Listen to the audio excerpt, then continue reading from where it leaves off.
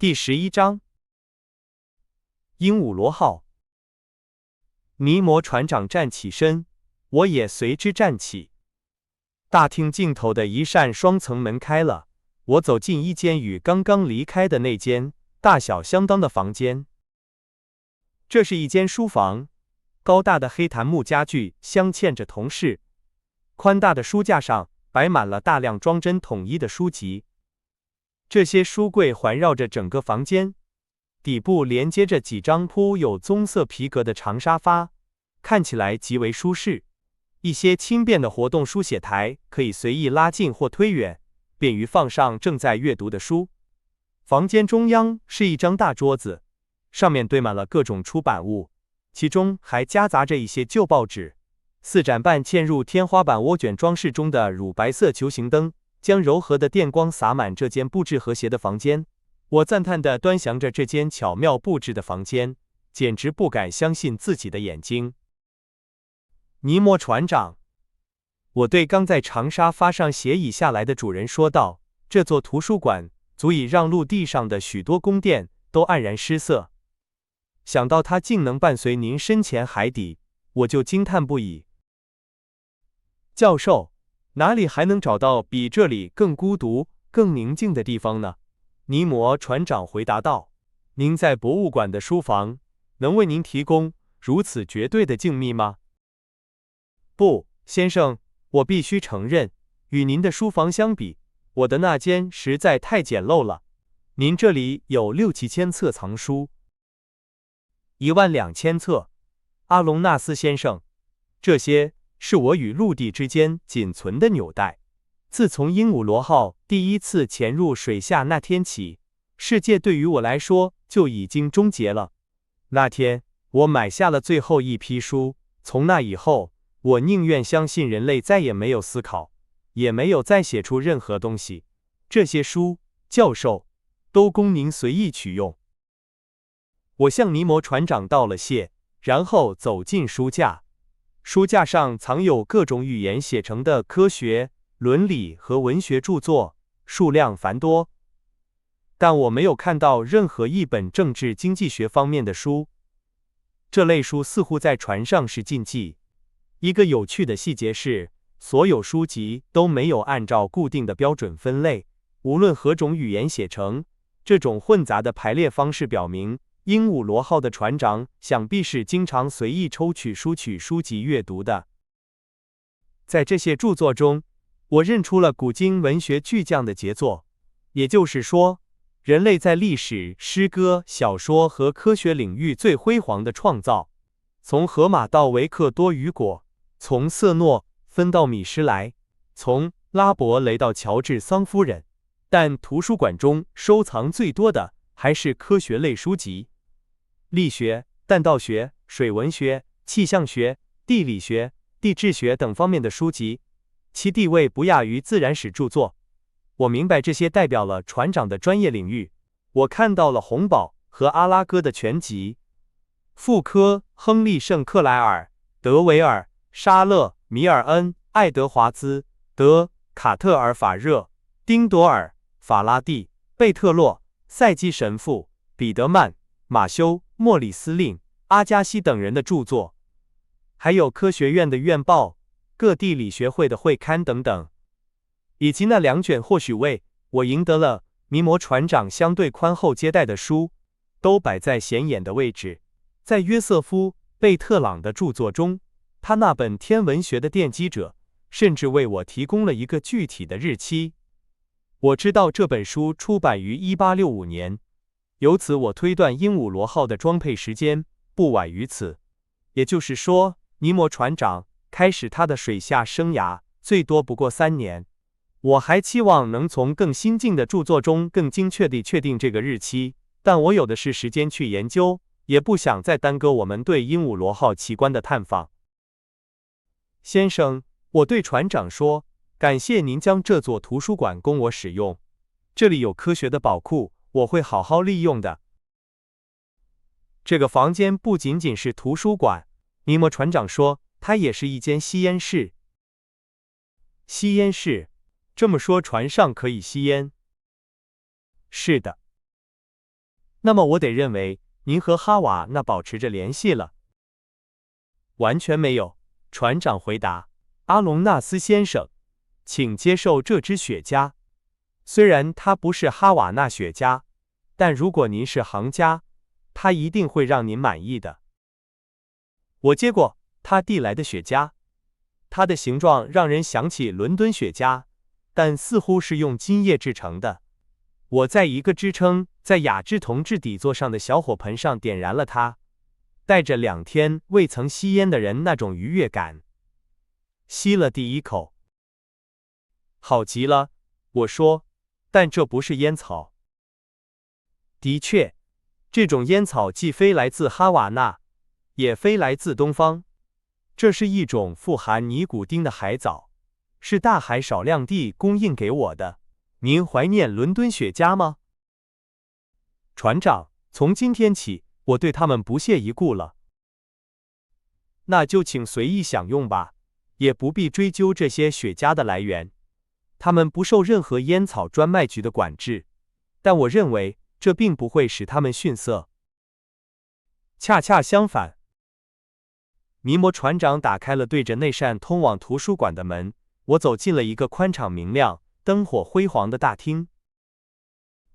这是一个宽阔的四方形大厅，4个角都处理成了钝角，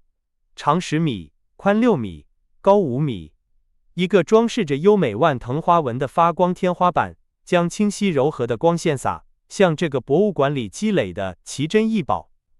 因为这里的确是一个名副其实的博物馆，一只充满智慧和慷慨的手，以画家画室特有的那种艺术性的随意，汇集了自然与艺术的所有宝藏。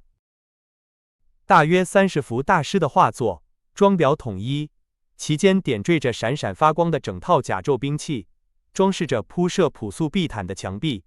我看到了一些价值非凡的画布，其中大部分我已在欧洲的私人收藏和画展中欣赏过。古代大师的各个流派都有代表作：拉斐尔的圣母像，列奥纳多·达芬奇的圣母像，克雷乔的仙女，提香的贵妇，韦罗内塞的三王朝拜，穆里略的升天，霍尔拜因的肖像，韦拉斯开兹的修士，里贝拉的殉道者，鲁本斯的乡村节日，2幅泰尼耶的佛兰德斯风景画，3幅赫拉德道美曲和保罗波特的小幅风俗画，2幅吉里科和普吕东的画布，以及巴克赫伊森和维尔内的几幅海景画。在现代绘画作品中，有德拉克洛瓦、安格尔、德康、特罗荣、梅索尼埃、多比尼等人的画作，几尊仿照古代最精美原型制作的大理石或青铜雕像的复制品，矗立在这座宏伟博物馆角落的基座上。鹦鹉螺号船长曾预告过我会感到的那种惊愕状态，开始攫住我了。教授，这位奇特的船长说，请原谅我接待上的疏忽，以及这个大厅里的凌乱。先生，我回答道，恕我冒昧，我是否可以将您视为一位艺术家？充其量只是个爱好者罢了。过去我喜欢搜集人类巧手创造的美好作品，我曾是个热切的收藏家，一个不知疲倦的搜寻者，也因此得以汇集一些极具价值的物品。这些是我对那个已逝世界的最后回忆。在我眼中，你们的现代艺术家也已是古人，他们存在了2、3千年，在我的记忆中，他们都混淆在一起了。真正的大师是没有年代之分的。那么这些音乐家呢？我说着，指向摆放在大厅一整面墙边的大型管风琴上的乐谱，有韦伯、罗西尼、莫扎特、贝多芬、海顿、梅耶贝尔、艾罗尔德、瓦格纳、奥伯、古诺以及其他许多人的作品。这些音乐家与俄尔甫斯是同时代的人，因为在逝者的记忆中，年代的差异早已消弭。而我，教授，也已经死了，就像您那些长眠于6英尺地下的朋友一样，彻底死了。尼摩船长沉默了，似乎陷入了沉思。我怀着激动的心情注视着他，默默分析着他面容的特异之处。他倚靠在一张珍贵的马赛克桌子上，不再看我，仿佛也忘记了我的存在。我尊重他的沉思，继续审视着装饰大厅的各种奇珍。除了艺术品，自然界的奇珍也占据了非常重要的位置。它们主要包括植物、贝壳以及其他海洋产物，这些想必都是尼摩船长亲自搜集的。大厅中央，一股由电力照明的水流注入一个由一整块砗磲壳构成的水池，这枚由最大的无头类软体动物提供的贝壳，其边缘是有精致的荷叶边，周长约有6米，因此它的尺寸超过了威尼斯共和国赠送给弗朗西斯一世的那些美丽的砗磲。巴黎的圣叙尔比斯教堂就是用它们制作了2个巨大的圣水缸。围绕着水池，在由铜制框架支撑的雅致玻璃柜中，分类并贴有标签地陈列着博物学家所能见到的最珍贵的海洋产品。因此，我作为一名教授的喜悦之情是不难理解的。植虫动物分支展示了其珊瑚虫纲和棘皮动物纲的珍奇标本。第一组包括管珊瑚、扇形排列的柳珊瑚、叙利亚的海绵、摩鹿加群岛的轴孔珊瑚、海比、挪威海域的珍奇边珊瑚、各种伞珊瑚、海鸡头。我的导师米尔恩·爱德华兹以巧妙分类的整系列式珊瑚，其中我辨认出可爱的扇珊瑚、波旁岛的眼珊瑚、安第列斯群岛的海神车，各种绚丽的珊瑚品种，以及最后，所有那些通过群体聚合形成完整岛屿，并终将演变成大陆的奇特珊瑚虫。至于棘皮动物，以其多刺的外壳为特征，包括海星、星鱼、海百合、海洋齿、蛇海星、海胆、海参等，代表了这个类群个体的完整集合。一位稍有些神经质的贝类学家，面对那些数量更多的陈列着软体动物分支标本的玻璃柜，无疑会欣喜若狂。我看到那里收藏着价值无法估量的藏品，我没有时间一一详述。在这些标本中，我凭记忆列举一些：印度洋的皇家垂螺，其均匀的白色斑点在红棕色底色上显得格外醒目；一只色彩鲜艳、遍布其次的帝王海菊蛤，这种标本在欧洲博物馆中极为罕见，我估计其价值在2万法郎；一只澳大利亚海域的普通垂螺，极难获得；塞内加尔的异国鸟蛤，脆弱的双壳背，一阵微风就能像吹肥皂泡一样将其毁灭；各种爪哇的胶水管，一种是有叶状褶边的石灰质管状贝壳，深受行家追捧；整系列陀螺贝，一些是绿色的，捕自美洲海域，另一些是红褐色的，栖息于澳大利亚海域。这些来自墨西哥湾，以其副瓦状的贝壳为特征；那些是在南大洋发现的星螺。最后还有最为奇特的新西兰的华丽马蹄螺。此外，以及最后，另外，在特设的隔间里，陈列着一串串极为美丽的珍珠，电光照射下闪烁着火焰般的光彩，有从红海的江窑中取出的粉红色珍珠，彩虹海伦螺的绿色珍珠，黄色、蓝色、黑色的珍珠，